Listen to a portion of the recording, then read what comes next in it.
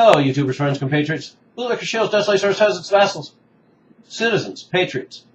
I'm a useful idiot. Today I want to talk about the Bradley Manning case. And this is a American tragedy on so many levels.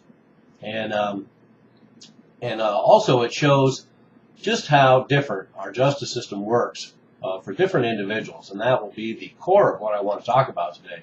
So here we have Bradley Manning, accused of leaking classified documents to Wikileaks, and he's been held in prison for 1,000 days now and subjected to torture and deprivation, and they are throwing the book at him. The Justice Department, the United States government, the military are throwing the book at Private Manning.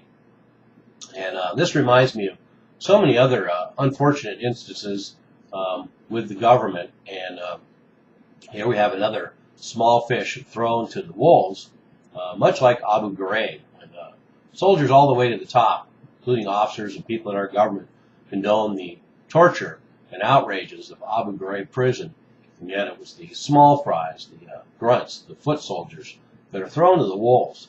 And but another aspect, of course, of this Bradley Manning case is the fact that just like in the private sector with corporate whistleblowers, we see story after story after story of corporate whistleblowers in banks and the corporate sector and the government being fired, demoted, and or marginalized. And they are the ones prosecuted. So we live in an era now where it isn't the criminals who are prosecuted, it's the ones who rat out the criminals.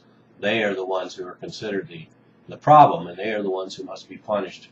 And they are the ones who are considered criminals.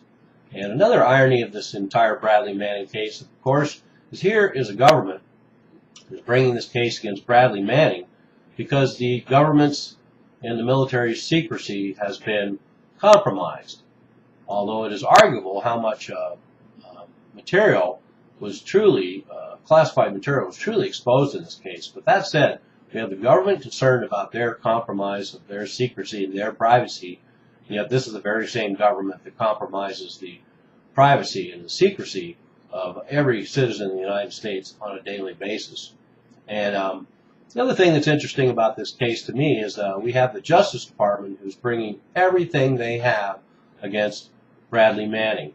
They have over 150 witnesses they're going to bring against him. They've been working on this case for 3 years. They have batteries of lawyers and researchers, and they're bringing as many charges as they can bring, including the most harsh ones they can, including the idea of aiding and abetting the enemy. And I find that ironic, considering they can't bring criminal charges against banks who laundered money for terrorists and drug dealers. I'm talking about aiding and abetting the enemy. How much more useful could you be than to handle money for terrorists and drug dealers? How well could they function without banks handling their money for them? So that's my idea of aiding and abetting the enemy. So the government will conjure up this charge in order to send a clear message to all future whistleblowers. So everybody shut up and get in line in corporate America and in the military and in the government.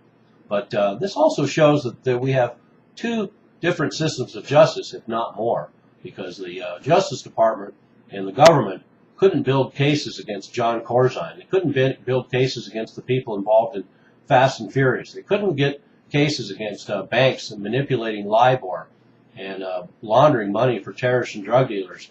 They couldn't build cases against the people that all these whistleblowers have pointed out. They couldn't build a case against the government and officers that were involved in Abu Gharaib. They couldn't get a case against the people who covered up and then used as propaganda the Pat Tillman story. Now they're going after the Navy SEALs involved in the supposed killing of Osama bin Laden. So this just goes to show. So for poor Private Manning, they can have 150 witnesses to bring against him, and yet for all these banks, even though they have reams of emails talking about manipulating LIBOR and laundering money, and the entire Fast and Furious episode and the entire Emmett Global episode, they don't have enough evidence. They don't bring 150 witnesses against any of them. They haven't worked on these cases for 3 years. They haven't hired batteries of lawyers, and they haven't gone for the harshest charges they could. and even though the crimes are obvious. And here we also have Private Manning pleading guilty for some of the most basic charges and trying to offer a plea deal, and yet they want to bring the entire weight of the U.S. government against this man, and yet all the banks lined up one after another to pay a small criminal tax and walk away. And they were able to get their plea deals, accept no criminal charges at all, even for laundering money for terrorists, manipulating the market, laundering money for drug dealers. That's all swept under the carpet. So this just shows that there are sets of laws for the peasants.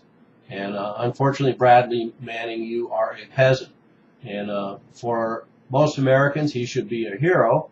And he has used his moment now to talk about American foreign policy, and talk about the things he said. And he's called out the crime that's involved in certain aspects of U.S. foreign policy.